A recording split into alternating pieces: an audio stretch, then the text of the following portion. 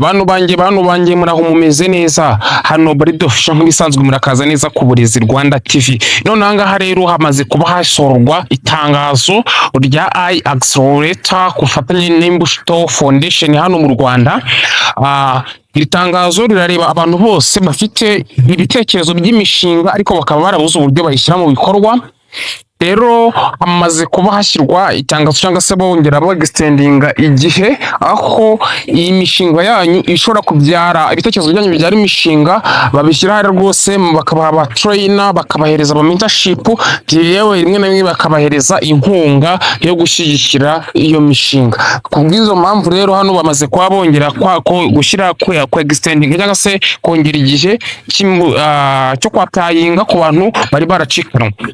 Nuvuga ngo tugiye guca mutwirukanka turebe ino message bashyize ahanga tunareba ukuntu bakwaplayinga cyangwa se wa creating account asigaye gatanga igitekerezo cyawe cy'umushinga. Mbibutsa ko mwese muri kaminuza mwasoje mujye muri ahantu hatandukanye hano mu gihugu, igihe ni icyanyu ahasigaye ngo dutangirane. Nero mugeze kuri YouTube channel kanda subscribe ufunguriza gira tujye tubana igihe cyose wowe hasanzwe kandi like kugira ngo iyi video ize kugera ku bantu benshi cyane muhawe ikaze.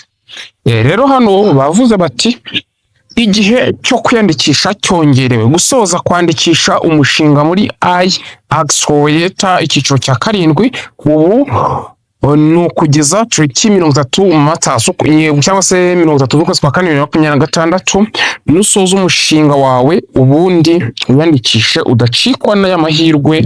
Igitekerezo cyawe gishobora kuba igisubizo kuri benshi. Mbibutse neza ko hano umushinga waba bavuga ntago ari izi kampani ngo zigize utoya. Ushobora kuba ufite igitekerezo ariko ukabona hari ikibazo kiri muri societe nyamara umushinga wawe cyangwa se igitekerezo cyawe gishobora kuba cyakemura cyaba igisubizo kuri icyo kibazo gihari. Nibyo baba bavuga. Rero hano basanze igitekerezo byawe ari bizima bagira uti barakwakira asigaye bakagutraininga dana ngombwa bakagushyikira bakaguhereza inkunga yo gufasha umushinga wawe. Rero hano link yo bamaze kuba bayihashyira.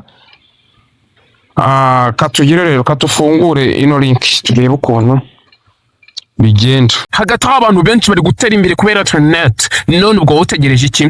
Ku Burezi Rwanda TV tugufasha kwiga mudasobwa n'ikoranabuhanga rigezweho, gukora website yawe wakoresha mu kazi kawe, gufungura YouTube channel, TikTok ihemba n'izindi mbuga nkoranyambaga. Gusaba kwiga kuri buruse muri za kaminuza hano mu Rwanda, kwiga ku mutekano w'ikoranabuhanga, kumenya no gukoresha AI n'ibikoresho by'ikoranabuhanga. Intego yacu ni imwe, guteza imbere abanyarwanda bose binyuze mu ikoranabuhanga.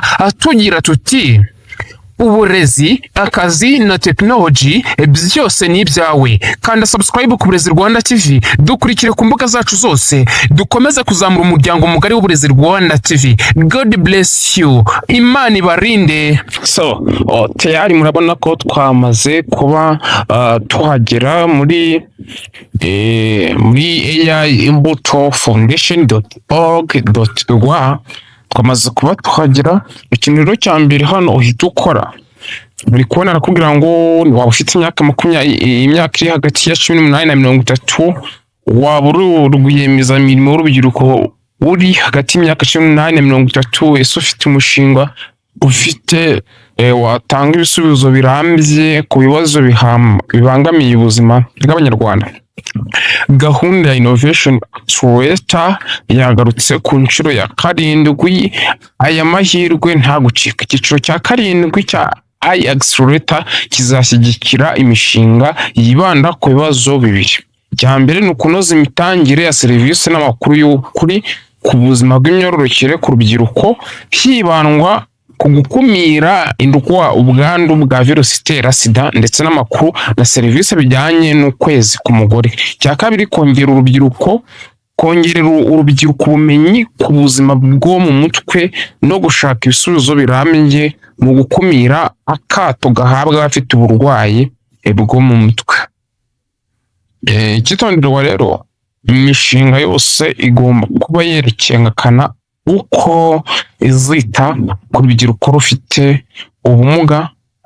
By'umwihariko kwandikisha imishinga bizatangira tariki 12 Werurwe nyine byagiye birangira tariki ya 30 z'ukwezi kwa 4 saa 5 59 z'umugoroba.